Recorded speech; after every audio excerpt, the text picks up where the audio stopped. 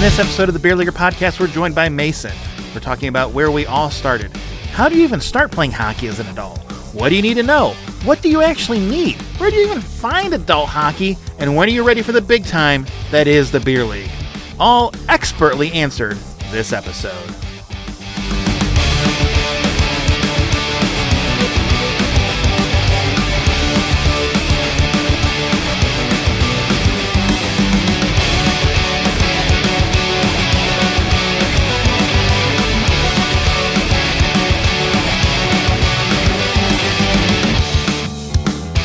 All right, so I'm joined today by Mason. Hi, everyone. I'm Mason. And what we're going to talk about is, because it's the time of year when a lot of beginner leagues and adult stuff is starting up for new people, I thought we'd talk about what it's like to start as an adult. I think there's kind of two main paths people take is you play hockey growing up. You know, you played in like grade school, high school, or maybe more so than that. And that just leads into adult hockey. Like they always say, all roads lead to beer league. Or you just kind of basically pick up organized hockey as an adult. That's usually where it gets tough to figure out where to go, what path to take, and what you're doing. It's a lot easier if you did play hockey growing up, because usually you probably have a buddy that, you know, hey, I play in a league, you should come join my team, or I know people that do, or you're more connected with them. Me and Mason, either one of us grew up playing hockey like that, and we both started a little bit later in life. And yeah, this is kind of the different paths that we took to get there. Yeah. So I guess I'll start with the easiest thing is, where do you find hockey to play? Yeah, so I started through pickups. So usually you find like a local rec center, right? That's what I did. My brother-in-law is fortunately played hockey, so I knew kind of like where to start looking. So I found a Cleveland Rec Center. They had like Sunday morning pickups, and it was just like super easy, cheap, low entry barrier to entry. I'm really butchering that, but yeah, I mean, I just got out there. I mean, some dudes were huge douchebags, and most everybody was really cool. Just jumped out there and tried it. Yeah, kind of went from there. And that led into you, because you played in an actual league, right? You played in the league there. Yeah, so I lived in Kent at the time, Kent, Ohio, and I started playing league in Kent. So I was in my parents' house. I would drive up an hour just to play pickup, because that's the only pickup I knew of. I did that for like 6 months to a year. I did learn to skates at a rink a little closer to my parents' house, just to like feel more comfortable skating. And then, yeah, I just like joined a league that was really close. Had no idea what to expect, like knew nobody. There was like no beginner program. Like H&A has the beginner program, like I think you're going to talk about later. And yeah, I just kind of jumped on a team and tried it out. It was a weird experience. I think that's a pretty normal experience for people, though. And from what I hear, a lot of people, it's, you know, how do I find a league? And then it's how do I find a team? And, you know, you find a league with, if you're lucky, the rink that you go to has a house league. You know, usually they advertise it. I know some of the rinks don't advertise that they have a house league very well, because it's usually like one night a week or something that they have. Right. It's usually pretty well set, you know, for teams and stuff. So that it's also like one thing I'm very surprised at is people don't like use Google and Facebook and stuff to look for leagues. Yeah. Because a lot of times, like I'll look on, you know, like I'll see messages on the Hockey Players Reddit. And it'll be people saying, hey, I live in, you know, they'll be like, I live in Chicago. Does anyone know if there's a beginner program around me? Yeah. And people will just be like, yeah, did you Google it? Like, yeah, you know, where in Chicago do you live? There's, you know, beginner program in, you know, north side here. There's one on the south side here. There's one just west of the city here. There's like, what did you know, like they kind of don't look for it for some reason. I don't. Yeah. I find that it's an interesting observation, because I find, you know, we both work in a field where we Google everything. but like other people like don't have to rely on Google. And so it's just like, okay, well, why don't you just Google it? I'm like, oh, I didn't even think about it. Yeah, so I think that's the hidden trick is to Google your city and like just hockey league and then see what they have. I mean, maybe they don't have a beginner program, but maybe they have like low level teams or something that you can get into. Like me, I got into the H&A beginner program because they were at a hockey game. They were at Monsters, which is the local Cleveland minor league team. They actually had a table there, and I'd been starting to play pickup again, but it was pickup with all people that I knew that only played pickup. Like they didn't play anything else. Like that was it. They didn't even have like a league or something. It was just, it was Sunday night pickup at the rink, and that's all they did. And I was like, well, I'd like to do some, I'd like to play more or something a little bit, more organized. Like it was fun, but it wasn't, everybody. It was like the same 15 to 20 guys every week, same 2 goalies, same everything. And it's, they pick teams, we do the throw the sticks in the center and pick your teams. And you'd be like, all right, well, if I wound up on a team, if I didn't wind up with this guy or this guy, well, I'm screwed because they're the best players out here, or, and everybody knew that kind of, so I wanted to get something better. And randomly ran across the league they had a table at the game, and I don't think they've ever done that since. So like I had a really weird way to find that. Like that was to me a really oddball way. But I remember, we did the beginner program. I didn't know anybody in the beginner program. I knew none of the people there. They were all complete strangers. A couple of them like came with somebody they knew, but it wasn't anybody knew the league beforehand. Whereas I feel like a lot more of the people now in the beginner program know somebody in the league. Right. I feel like it's a lot more like, if I were to go, hey, Mason, I want to start playing hockey. And you'd go, hey, I know, my league does a beginner thing. You should join it. And then if somebody asked me, I'd go, oh, you should do the beginner thing with me. I think that's a lot more how it goes versus just complete group of strangers. Yeah. Getting together. But that's interesting though. So you were a hockey fan before, so you found hockey through a hockey game, right? Yeah. Yeah. So I didn't even really watch hockey before I started playing. Like I started watching it maybe right around the time that I started skating again. So I've been watching hockey for like 6 months or so. I think I went to my first hockey game when I was like 16 and with my girlfriend in high school. That was like my first exposure to hockey. It was like ECHL, so it's mostly fighting and barely any hockey playing. But yeah, like I didn't start like actually learning the game until I started playing. So it's kind of I definitely fell into it backwards, I feel like. I don't think so. I think that's how a lot of people fall into it weird ways. I think that's a big misconception is people think there's like a real normal progression to getting into a league. And there's not. Like that's my big takeaway from all this is how do you find hockey? Find hockey players. Yeah. And if you can't find hockey players, find people around you that like hockey, and eventually they'll know hockey players. Yeah. Because you get your kid into hockey. That seems like everyone has a kid in hockey. That's the biggest thing I've noticed with the adult leagues is especially lower levels, and it's not just around here, it's other cities too, is the upper levels are all younger. They're all like kids that played in high school together or college or something like that. Right. And then the lower levels are people that either started, in their like 30s or like, my kid just started playing. I figured I should know what this is. I never played growing up. Right.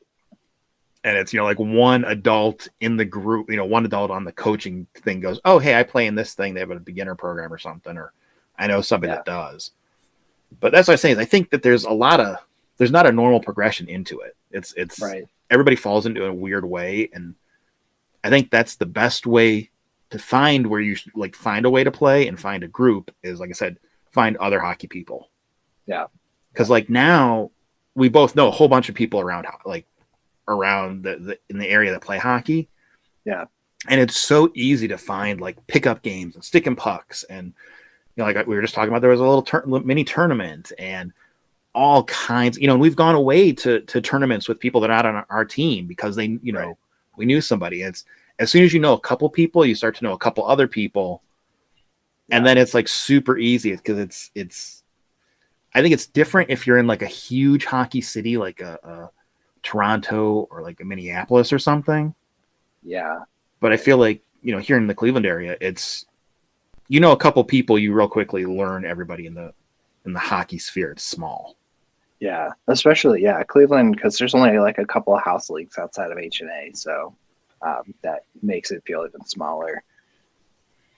Yeah, so I think that's the biggest thing is that's how you find hockey is find some people that play hockey, even if it's stick and puck, like going to a stick and puck, or people that are fans of hockey because they probably know somebody that plays hockey. Right. And they, I think that's the, it's all about networking. It's always networking. That's the way to do anything. It comes down to networking. All right, another big question that I see out there with stuff for people starting is they always wonder about gear. Like, what do they need? What should they, because hockey's easily the most expensive sport. Right. Yeah. By far. And I'm not going to even talk about goalie stuff because neither one of us knows goalie things. And that's a whole separate discussion of if you're going to decide to play goalie and you haven't played it all before, I'm sorry, you have to take a second mortgage on your house, I think, because there's so much gear and it's so expensive. And that's why I never get how somebody just decides to play goalie if they don't have gear. Yeah, I mean, you could, like we were talking, you could just back your way into it. Like you could be a terrible goalie. You could use player skates because goalies have separate skates, their own unique skates, I should say.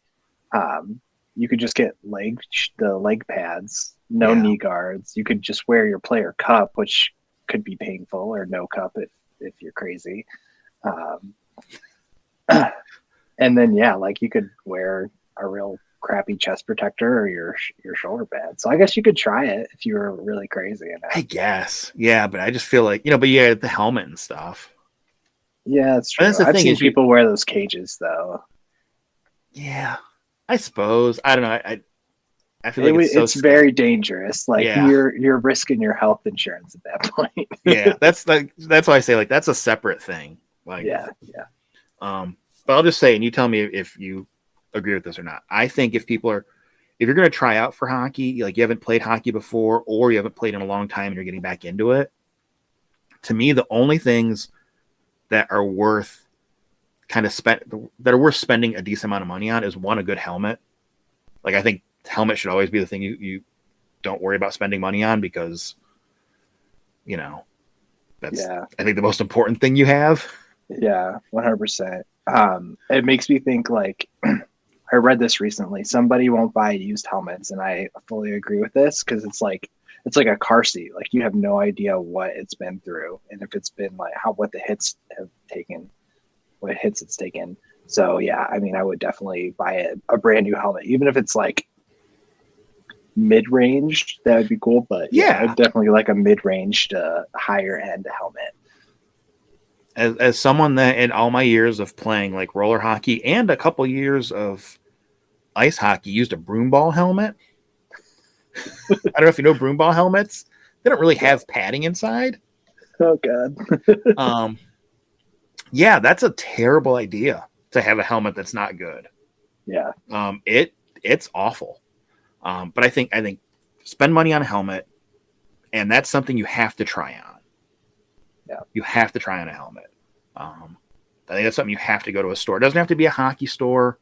It can be, a sporting goods store. Like that's something you can go to, like a Dick's or whatever, and they'll have helmets usually. And get a helmet, but try it on. Make sure it fits. Right. And it fits comfortably. And then skates. And for me, skates is just because they need to fit. Yeah. If you have skates that don't fit, that's awful. Like whatever pair of skates you get, if you haven't been playing or you're getting skates to go back into hockey or something, get cheaper skates because you don't know what you want or whatever with skates probably. But I say get new ones. You can get used ones, but I say get new ones so you can make sure that they fit good and they're comfortable. Right. Like I think that's super important. Like to me, those are the two things you spend money on. Yeah, I mean, I could see cheaping out on skates a little bit until like year 2 or 3 if you like really get into it. But I 100% agree. You need to try skates on. Newer is always better, especially if you can get them baked. I've seen a lot of people try to like use retro skates recently, and like it just doesn't work out right. And you could Yeah. think you're probably thinking to yourself like, oh, could I just rent skates? And skate rentals aren't open if you play beer league. Typically, it's like 10-15 at fucking night, and everyone's asleep. Or you get like the toe pick skates. They love giving out those the figure skater skates, and then who knows if they're sharpened? They could have been sharpened in 1980s. It's probably the last time. Or you're someone like me that just can't fit into rental skates. I have giant skates, so if I tried to rent skates, the largest size places usually have fit like a size 12 shoe. Yeah, That's 3 sizes too small for me and narrow. yeah, Like it is insanely painful because I have done rental skates before it, and not for hockey, but for like you go skate yeah, with somebody, and it is the most painful thing.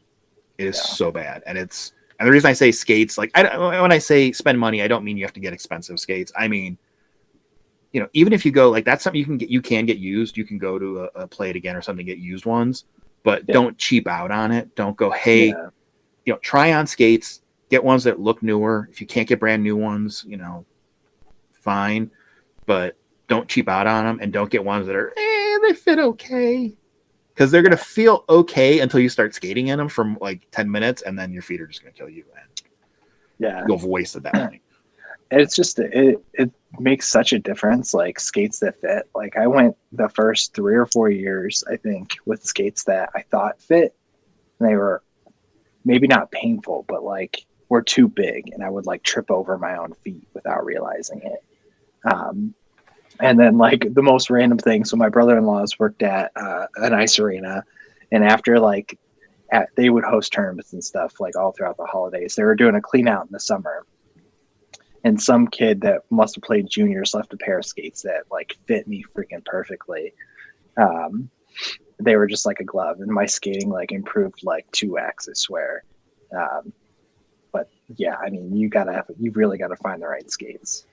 It makes, like I said, I'm awful to try and find skates. It's a big pain for me, and I am so scared that something is going to happen to my skates and I'm going to have to get new ones, because Yeah, I love my skates and they fit beautifully, yeah, and I'm so worried because it made such a difference when I got my previous pair of skates was a decent pair of CCMs.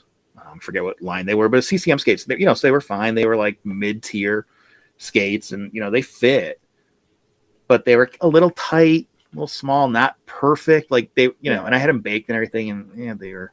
But like I have my skates now are just, it's such a difference. yeah. It's such a And difference. you may edit this out because someone may try to rob your house, but Roz has like the unicorn of skates. They're somehow the Easton Makos that aren't narrow. They fit his feet perfectly. Um, yeah, I'm jealous of Roz's Makos. Those are like my dream skates. Don't forget the beautiful all black holders and They're steel. they're murdered out, as the kids would say. Murdered out with my giant laces that nobody, because I like old gear. I like things that were discontinued in like 1994 apparently. Oh yeah, well yeah, your gloves, but yeah, the oval laces that we both like that I can never find anymore. It's because I bought them all. Apparently, I own all of them.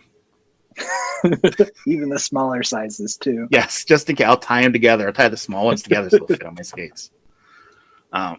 So staying with that, like I think we're in agreement. Like helmet number 1, skates number 2. I actually think after that, I would say the next thing that, and you don't need, these are things you can I don't want to say cheap out on, because I don't think you ever want to get cheap stuff. But I think going and getting used, as long as it fits pretty okay, is okay with like pants, shoulder pads, and because you should wear shoulder pads in beer league. I don't get why people don't. Yeah, It's the dumbest thing. Like just wear them, and elbow pads. Like I think those you can get I think cheaper ones are generally fine. Yeah. You can get, Did you you say can get like shin guards? and shin guards, yeah. Yeah. Because most shin guards, unless you're like me and you want like RoboCop shin guards, it's Yeah, that's another thing you have to try on though too. Is shin guards. I feel like, not that you can't buy them cheap, but if you get them the wrong sizes, they're just really wonky to skate around in. well, I really think unless you're in a place where there is no place for you to go get hockey equipment, which I'd be really shocked if you're starting to play hockey and there's no place around you to buy hockey stuff. That first time you get stuff, you should go and be able to try everything out. Yeah, So because like you were saying with shin guards, they have all the different ways to measure, but it's like, okay, are you actually a 15-inch shin guard? No, you're probably a 12-inch shin guard so it doesn't interfere with your skate, but you won't know that unless you have everything on. Yeah, like I think it's so worth it, and that's why I say kind of. I don't want to say cheap out, but kind of cheap out on your first set of gear. Oh yeah, knowing you're going to replace it with better stuff and stuff that you kind of know. I think if you get through and you get all that stuff, it's a little bit cheaper, and you start like a beginner program and you start playing, and you're playing for like a year or so, and you really like, you're liking it, you're going to go back to hockey. That's when you can start going, hey, my elbow pads really slipped down a lot. Yeah. Okay, now maybe that's the next thing you need to get. Then you upgrade your elbow pads. This is what everybody does. Everybody slowly upgrades all their stuff, Yeah, and right. Maybe you realize, hey, my shoulder pads, they're those really cheap shoulder pads that don't really do anything, but I'm fine with that. That's okay. Yeah. Okay, don't worry about that. And same thing like shin guards. Maybe you realize, I wish I had more protective shin guards because you'd get hit in the shins. Okay, that's a good. And like to me, and the thing I say for beginners, and that I've told people, is I'd rather go, hey, I got a $25 pair of shin guards from Play It Again that were pretty good and fit pretty good, and then a year later I decided to get $100 pair of shin guards that were way better and perfect because I know what I wanted, versus getting like a $60 pair on like Sideline Swap or something and realizing, oh, that's completely the wrong size, it's not what I want, and then wasting that money. Yeah. Yeah, I find it interesting. You mentioned Sideline Swap. They have and I'm a little jealous. They have starter kits now. I haven't really looked at them, but I'm assuming it's like some random kid or dude selling like all their old equipment. But it sounds like a cool idea at least. Yeah, and that's those starter kits. Really, that's what they are. Is it's somebody that started to play, I think, and either quit, decided they didn't like hockey, or realized they really liked it, and they're going to upgrade all their stuff. Yeah. That's a good way to go if you can get kind of sizes, but that's it. Again, it goes to the thing of it. That's kind of tough, like to know sizes with no reference. Right. And I should throw in gloves too. Like I think gloves you can totally cheap out on. I agree. As long as they have all the padding. That's where it's one of those. You can totally buy used ones. Make sure you clean them because gloves are kind of disgusting. Yeah. And you can put gloves in the washing machine. It's totally an okay thing to do. Yep. If you have, I'll just say my glove washing trick. If you have a front loading washing machine or even a top loader that doesn't have a super tall agitator, just get one of those mesh bags and you put it and have the door hold it so that they don't actually get thrown around and they just kind of stay in place. That's like how you dry shoes in the dryer. You can do that with your gloves in the washing machine. Yeah, that's a good idea. That'll wash them. But yeah, that's the thing is you can get used gloves because unless the palms are all destroyed on them and stuff, they're fine.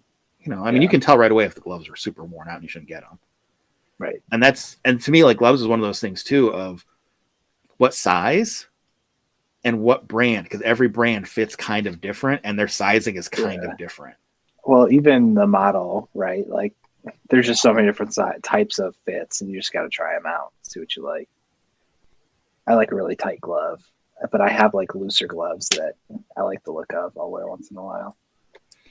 Yeah, I'm laughing because you know what I'm thinking of. I'm thinking of my gloves that are the giant, and they're not that big. It's just it's equipment that was stopped being made those are probably from the 80s, but Yeah, the cuff goes up to like here. the Gordie they're, Howe like forearm they're, cuffs. Yeah. they're beautiful. You know, so I love that. But that's the thing, though. You got to go like looking for used stuff. Like I actually found those. I bought those new, but when I bought them new, they were You're already dating like 10 yourself, years Roz. old, 15 years old. No, they were super old when I bought them. Gotcha. So, yeah, because it's. I mean, yeah. I also love defunct hockey equipment plate manufacturers too. They're Louisville gloves. Yeah. Like Louisville, the great name in hockey equipment. I think gloves is one you definitely have to try, and you have to try a bunch of different ones. I think that's a good thing to buy used because you can try on a bunch, and because it's very visually easy to tell if they're worn. Yeah. If they're beat to crap, you can tell. Like some of the other equipment, you can't tell if the foam inside is beat up or not, like in an elbow pad as well. But gloves, you can tell right away. Right. And so that leaves the thing I think you cheap out on the most, but it's the thing people spend all the money on, your stick. Yeah. Okay. Because when you're starting, there were so many people in my like beginner school, and I know from in other ones, where they're not even sure if they're righty or lefty. Oh, jeez. Because you've never played hockey. Yeah. And it's not intuitive. Because it's really, you know, the whole thing of why there's so many more Canadians are lefty than the US is most people should be a lefty hockey player. Right. But we just hear righty and go, oh, I'm a righty for everything else, so I'm a righty, right? No, you're actually a lefty, but you learn to play righty, so you play righty. Right. And so I think just because of that, I've seen that so many times with people that don't even know if they're righty or lefty, you know, and it's like, okay, that's one thing. And if you know that, great. Do you know what kind of curve you want? No, you don't. Right. People think they know, like, oh, I need this. I'll get the Ovechkin curve. Isn't that the goal scoring curve? Yeah. Like, that's what I mean. I think that's the thing. Super cheap out on a stick. Get one that's like the right height for you. What you think is the right height. You can do the thing of put the stick up and it, you know, should come up to like your nose or mouth or wherever you want to say. Get one that you think is about the right height. Try it out. Because if you're beginning, listen, your stick's not going to be the thing holding you back. Right. It's not. You know. Yeah. Sticks are like, we could probably do a whole discussion just on sticks, because there's like a whole algorithm that goes into it. Like there's lie, flex, height, whether you like to skate low or high, what your kick point. Like there's a crap ton of stuff that goes into sticks. That's why I say, like, that's the thing. I'd go, most hockey stores have it. The the bargain bin. Yeah. Like, not even go and get, if you're a true beginner, don't even go buy the on sale $100 stick. Go to the bargain bin and get the, $25 wooden stick. And I know it seems dumb, but go get that and try it out. Yeah. And then, it's going to break. Just know that it's going to break at some point, probably. Yeah. I think you're better off. Actually, I think you're better off buying a wooden stick and risking it on like a carbon fiber stick, because chances are carbon fiber stick's already broken. But if go get a wooden stick. If you go to a Play It Again or something like that and get used ones, they always have tons and tons of used sticks. Tons. But cheap out on the stick and get it, because I think it's better to get a couple of used sticks. Doesn't have to be wooden, it could be whatever. But they're always cheap. Get a couple of them, try them out, and see what you think. Yeah. And then, I still think I don't get the beer leaguers, because there's beer leaguers at our level, which is not the lowest level, but is right above the lowest level. It's close. And they will spend $300 on a stick and be like so excited for it. And I spend money on sticks because I'm an idiot sometimes, but I don't spend that much. Yeah. And it's like, I don't get that. Like, I don't get the thing. Like, that's not what's holding you back from stuff. And especially in the beginning, like I said, if you're a true beginner, go to a store that has used stuff. Find 2 or 3 sticks that you think are about the right height for you. Because honestly, you probably don't know what your preference is. Some people like a really short stick. Some people like a really tall stick. And try different heights of the sticks. If you don't know if you're righty or lefty, get one of each. Try them both. Yeah. I mean, there's nothing wrong with that. Figure it out, and then try them out in your beginner stuff. Try out the sticks, see what works good, see what you like and don't like, and then you can evolve from that. From like, okay, now I've learned I'm a righty. This stick, this one stick's too short. The other one's about the right height, so I know I need about that height of a stick. And you kind of know, like, hey, I really wish, I wish my shots were, went higher. I wish my shots went lower or something like that. And you can kind of start customizing what you're looking for in a stick to that. Yeah. I think that's that's why I say cheap out on the stick. Yeah, I agree.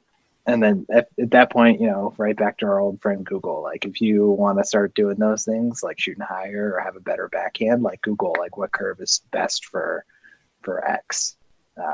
Right. Yeah. Yeah. That's, and then you can be awesome and just have a whole bunch of sticks. A stick room in your house. Yeah. That's cool to have. Everybody's got a stick room in their house, right? Yeah, totally. This is where I feel like if we were releasing this as a video, I should go like, right here, here's my stick room. Because I do have like a stick room in my house. It would be like Cops. You just take your webcam, cord and all, and just like just go run walk up there. Yes, I think. All right, I think that covers everything for gear. Is that? Did we miss anything? Yeah. I mean, bag. Just grab a bag. Get a bag.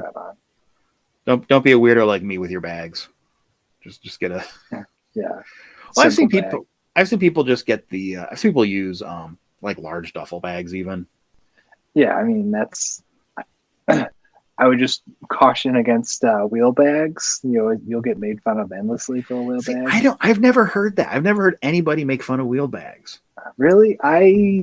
Did I use one once? I've just seen people make fun of wheel bags, and I think I've read it on Reddit. Was like, oh, I hear that. I hear people say it all the time. Yeah, if your bag has wheels, then you don't, which is kind of an oxymoron to me because you're actually would be saving the energy in your legs, like if you use wheels. But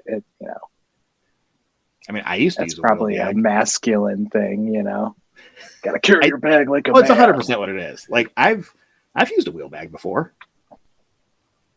Yeah, I've used a wheel bag a bunch, and I've never had anybody say anything.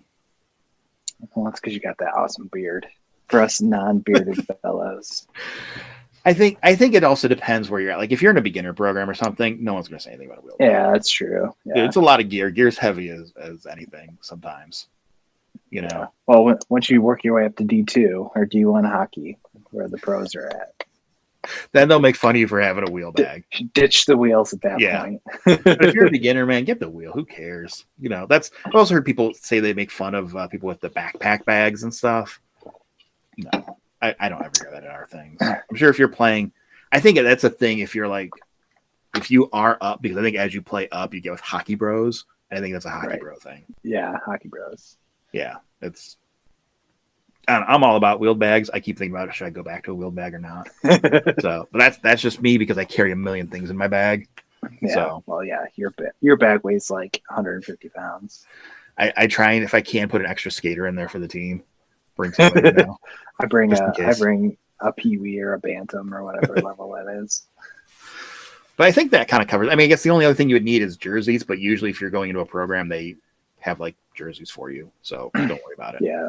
If you're just getting stuff to go play like pickup or something, get a jersey. Please get 2 jerseys, a white jersey, and then a colored jersey. It doesn't have to be a black jersey, but this is always said because there's always the idiot that goes and gets a gray jersey and goes, well, I could play on either team then. Don't be that guy. Yeah. Get a white jersey, get a jersey that's a distinct color that's not light. Yeah. And don't look for reversible jerseys. Always people say about getting reversible jerseys. I don't know if you ever worn a reversible jersey. I haven't. It's like wearing 2 hockey jerseys. They're insanely hot. They don't look very good. They're super uncomfortable. It's not.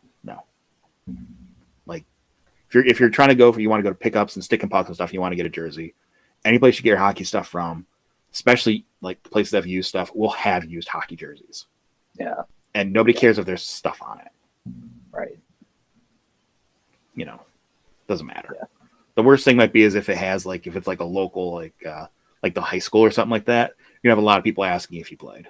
You're like, oh, what Right. year did you play? You know, oh, do you know so and so that played there? That's the worst thing that'll happen. Right. I think that covers gear. That cover gear from your perspective.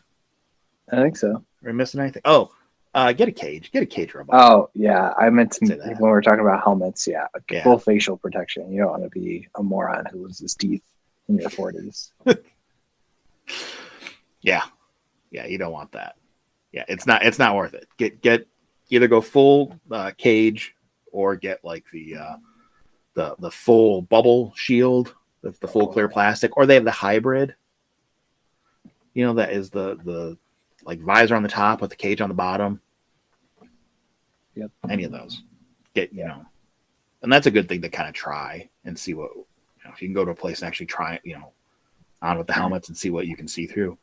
Because I know some people really hate the cage and it bothers them. I wear a cage. It doesn't bother me in the least. I'm super used to it.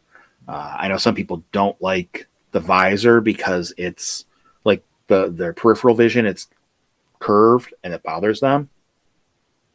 That never bothered me either. Yeah. So I can barely see out of my stuff anyways with my goggles on. So yeah. Yeah, and most helmets, most of the time, if you're buying a helmet brand new, you can find it with a cage at least. Yeah. So that's like the easiest route to go. And if you're not, and you're buying a cage or buying anything like that to put on your helmet, take your helmet with you and make sure it fits, because it's not standard. Yeah. It's not. It should be, but it's not. So right. That's my little tip. All right, I think that covers all the gear. I think that gets you head to toe with everything. I guess I don't think we need to get into like undergarments and stuff like that for things if you want to get. Yeah, that's a whole nother. That's a whole different. Yeah, don't be the weirdo that doesn't wear socks and just wears bare feet and skates. Don't be that guy. I did that for a while. Don't be that guy. But especially if you're new and you're a bender, like you just don't like tie it tight enough, you're gonna like go home with messed up ankles. You're gonna have terrible blisters. Yeah, terrible. Okay. Next question is, if you are gonna start playing, and it's either saying like you're getting to a beginner program, or you want to like start regularly showing up to like stick and pucks or a pickup game or something like that. What skills should you have showing up to these things? That's the thing I always see people worried about is, hey, I don't really know what I'm doing. Hey, I don't know, like, again, I'll say on like the Reddit group, because this thread pops up, I think once a week, of somebody going, hey, I'm, 40 years old. I've never played hockey. I want to start playing. What do I have to know before I go to start playing a pickup? And, they're super concerned with, I don't know how to properly, roll back as the left wing if we're doing a 3-2 trap. And I'm not sure on a power play, if they start cycling the puck and I'm playing right wing, do I fill in on the top, or do I come back around the net to the other side, or do I have to cover the, like, those are these super complicated.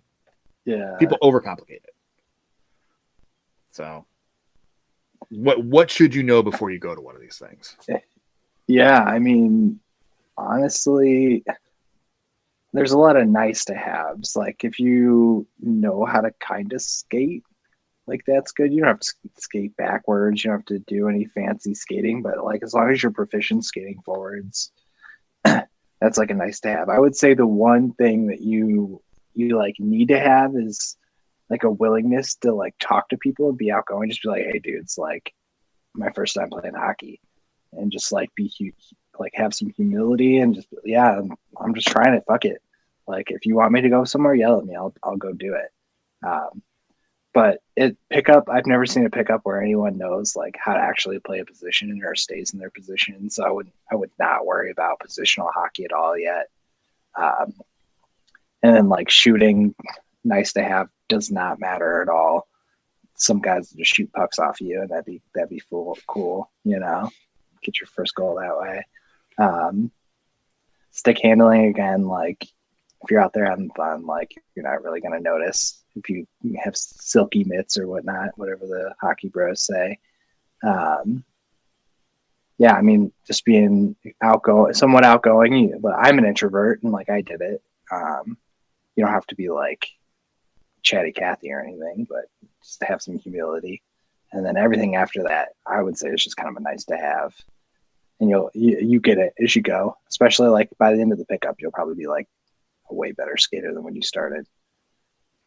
Yeah, I think that's perfect. That's a good point on being talking to people a little bit more, because people know. Because I know when I've gone to like stick and pucks, if people say something like hey, you know, I don't really know what I'm doing or something, automatically like, all right, man, got it. You know, do you need help with anything? Is there something you're trying to learn? Is there something you're you know? But that's a good point.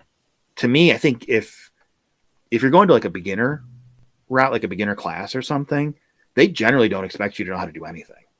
Yeah. Like beyond put on your gear. It's bonus if you don't fall down all the time on your skates. And that's how mine was, is we had people that literally bought skates the night before for the first time in their life. And that first class was the first time they'd been on skates. Wow. Yeah. Made me feel good about myself. I at least didn't fall down. Yeah. But I mean, that's how beginner you had people. And if you're going to like a pickup or a stick and puck, is most of them are insanely wide range of skill. Yeah. I mean, I will say there are certain like pickup things that, you know, it's open for anybody, but is really just like really high level pickup. Yeah. I know that those exist. That's a different story. That's a different thing, I think. But if you're going to like a regular one, I think the only thing you need to know how to really do is kind of, like you said, kind of skate forward. Yeah. Which leads me into one of my other things I want to talk about is going to open skates. I don't mean stick and pucks. I don't mean pickups. I mean where you hop on the ice and you just go around that oval. Yeah. That's it. And that's all you do. Go do that. Like that's a good way to make sure your skates are okay. And that you can skate in them. And honestly, if you just do that a couple times and you can pretty confidently go around that oval without falling, I think you're ready to go play. You know? And I would agree with that. And I know people would say this, and some people did this, and I think this is great, is they tried all their gear on first and went to some of those open skates in full hockey gear. Yeah. And listen, you're going to look like an idiot. That's fine. But they were used to wearing their gear. And they knew how to put all the gear on. They knew how to go, you know, they're like, okay, I know I can skate in my stuff. They also weren't worried about falling, because that's, I think, a big thing with beginners. The biggest skill, I think, with beginners is not worrying about falling. Yeah, I agree. I know a lot of the teachers like kind of have you start falling right away. Like they purposely make you fall so you get used to it.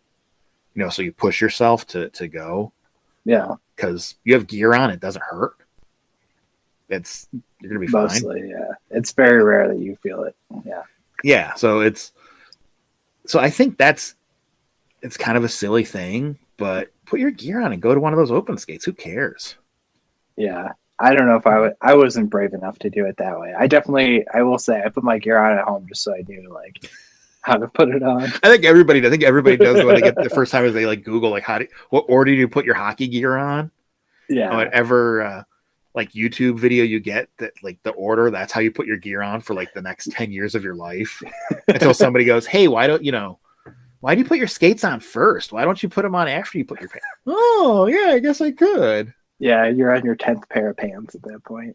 Yeah. But I think that's, to me, that's a big thing, is go to that open skate a couple times and just get used to, like, if you can, like I said, if you can go around that ring without falling, you know, and not hanging on the whole time. But I mean, even if you fall a little bit, but you're pretty confident going around it, yeah, you're good to go. You're good to go play. Yeah. Like that's once you get a stick in your hands too, it's like, it's a whole new world. You feel so much more balance. Right. Like I think that's the thing. So I think that's a big thing, is to go to those. Yeah. And then after you've gone to like some pickups, or if you're in a beginner program, I think stick and pucks are great to go to reinforce stuff. Yeah. And work on this, you know, work on even the skating drills, because most of the beginner programs give you like really dumb skating drills. They're actually really good, like, you know, one leg slaloms down the ice. Right. And they seem really dumb, but man, they help. Yeah. You know, And you can't Yeah, really do line the that in an open edges. skate. Yeah, yeah, you can, but then you have like those 13-year-olds that cut you off and Yeah, but if you go to like a stick and puck, then people generally don't care. Unless Yeah. it's super crowded, there's usually an area you can kind of go do that kind of stuff in. Right. So I think that's a big thing, is not just going to whatever you're going to something else to kind of try and get a little bit better. Especially if you're not in a beginner program and you're just trying to learn through going to pickup games. Going to a stick and puck can really help. Yeah. Like, okay, hey, I suck at shooting. I'm just going to shoot at the stick and puck, which is what everybody knows. Right. Or hey, I'm really, or a great thing to learn to do. One of my favorite things to do at a stick and puck, practice rimming the puck around the boards. Yeah. That's my thing to do. And stuff, but whatever, practicing different stuff like that, I think is a good thing to do, because as you learn that stuff, you build your confidence, and then you go better. And as your confidence gets better, you'll take a lot more chances, and you'll just get better. Like, because you don't get better at hockey not playing hockey. Right. So, then I had one more last thing, and then Mason, you can chime in if you have other good stuff. But my other big thing, I have it here in big letters on my list of stuff, because we know so many people on our team, we see this, and I know a ton of people in general, especially if you're starting hockey and you're not a little kid. I think the biggest thing I can tell you to do so you can keep playing hockey: stretch. Stretch. Just even a little bit. And not that 20 seconds you get before like a game, a league game or something. Stretch. Yeah. It makes such a difference. Like, you don't have to do like full yoga if you can go to yoga, great. But just stretch. Like, actually stretch. It doesn't have to be the day of even. It can just be throughout the week. Stretch. Yeah. And it's such a help. Yeah. Stretch it. Any kind of fitness routine helps, but stretching, especially if you're 30 plus years old, like you sit at a desk all day, like you especially need to stretch. Maybe you're schlepping around delivering mail. Like you might be okay then, but you should still stretch. I mean, me, my game routine is 20-minute stretch before every game. And then maybe I'll stretch on the ice for a little bit, but I like to get all my stretching out before a game, honestly, because then you lose like 2 to 3 minutes of practice time. Like that's the most I get on the ice these days is those few minutes before a game. So I'm trying to make the most of the ice time. But yeah, I 100% agree. You got to stretch. Off ice stretching is just as important too. I knew you would agree. So I'll say, as a middle-aged, extremely unathletic and out of shape person, I attribute stretching to be like 95% of the reason that I'm not always injured, or because we have a bunch of guys on our team that, like, shoulders hurt, back hurts, leg hurts, knee hurts, ankles hurt. Like, everybody's got stuff that hurts. I don't have that. And it's not because I'm extremely athletic or in shape, or it's also not like I don't get beat up on the ice. I get hit with like pucks and sticks like crazy. And I think stretching is the reason that I'm pretty fine afterwards. Like I attribute it that a huge reason. So that's my big tip and takeaway I hope people have is stretch. And however much you're stretching now, stretch a little more. Yeah, +1.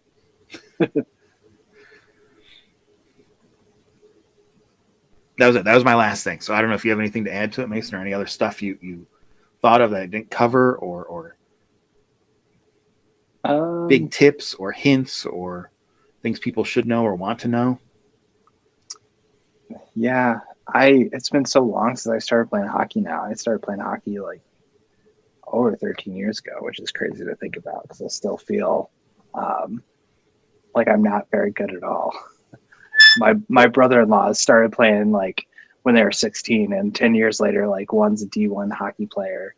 And I'm talking, when I say D1, I mean like D1 in H&A terms. Like he's just crazy good. So I started much later in life. So those are high expectations, but yeah, I mean, just get out and try everything. That would be my biggest thing. House league.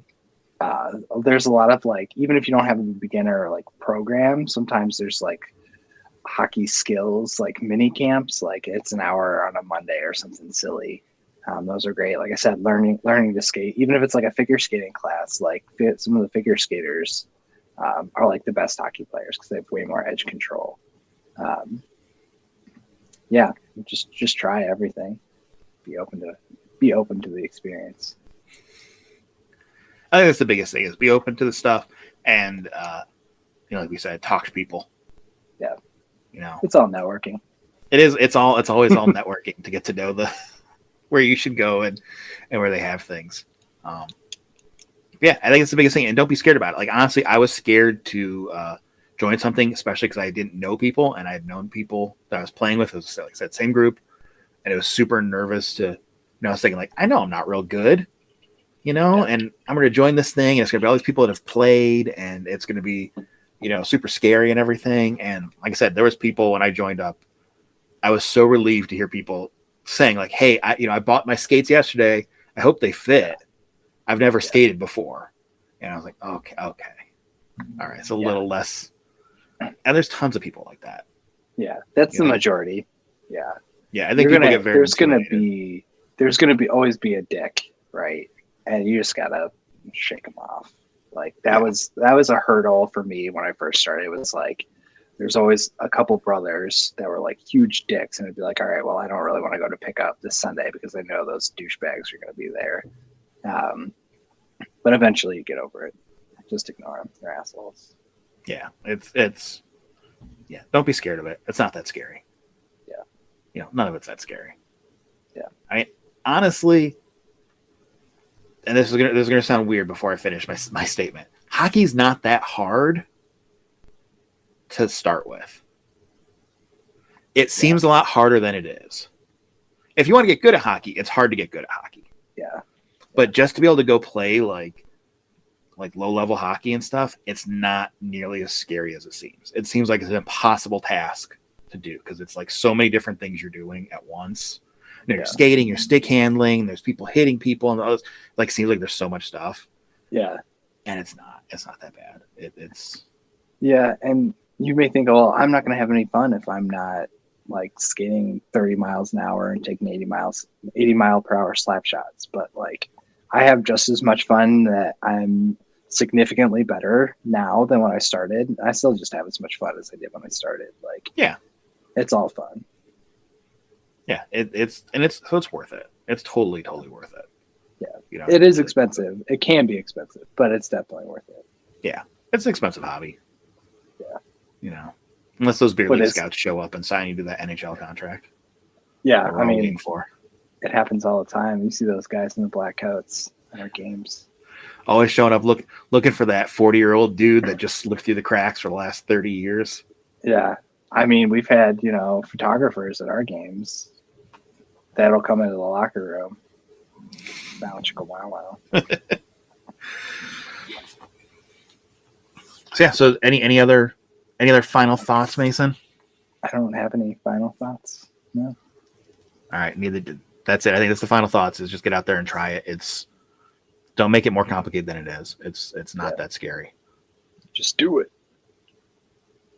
All right, and that's it, everybody. Thank you very much. Thanks. We'll have Mason on again. Yeah. All right, everybody. Thanks. My awkward Garth Algar impersonation. We'll catch y'all in the next one, everybody. Bye. Bye.